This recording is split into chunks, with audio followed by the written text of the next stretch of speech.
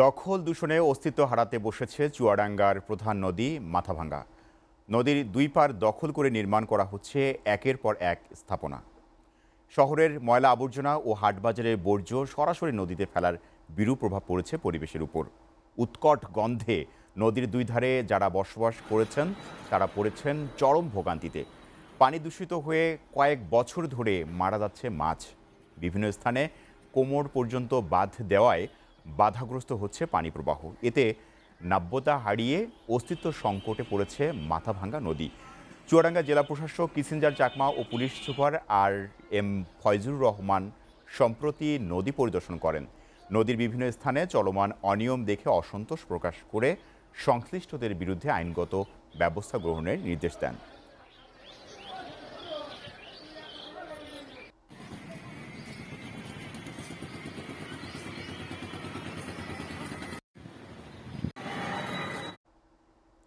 দর্শক, এ বিষয়ে বিস্তারিত জানাতে যুক্ত হচ্ছেন সহকর্মী বিপুল আশরাফ।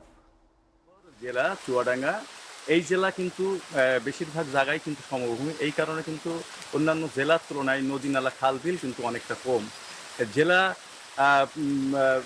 পানি উন্নয়ন বোর্ডের তথ্য মতে চুয়াডাঙ্গা জেলায় মাথাভাঙ্গা, ভৈরব, চিত্রা, নবগঙ্গা সহ 8টি ছোট বড় নদী রয়েছে, যার অধিকাংশই নদীগুলাই কিন্তু দখল এবং দূষণে কিন্তু তার অস্তিত্ব হারাতে বসেছে। কোথাও কোথাও কিন্তু তার মানে অস্তিত্ব নেই বললেই চলে। আমি এখন দাঁড়িয়ে আছি চুয়াডাঙ্গার মাথাভাঙ্গা নদীতে। এই মাথাভাঙ্গা নদীটা চুয়াডাঙ্গার বুক চিরে বয়ে গেছে।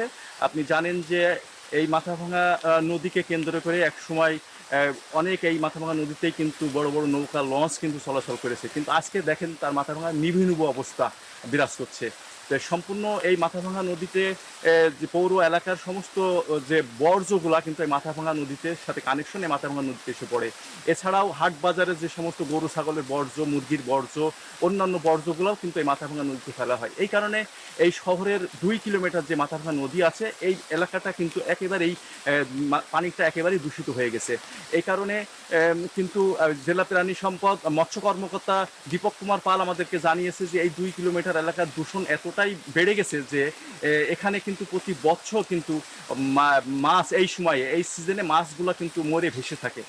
এই হলো এই অবস্থা। আর এই দূষণের কারণে এই নদী পাড়ে যারা বসবাস করে তারা কিন্তু মানে অত্যন্ত প্রকট দুর্গন্ধ তৈরি হয়। এই দুর্গন্ধের কারণে কিন্তু তাদের বাড়ি ঘরে থাকাই কিন্তু অনেকটা দায় হয়ে পড়েছে।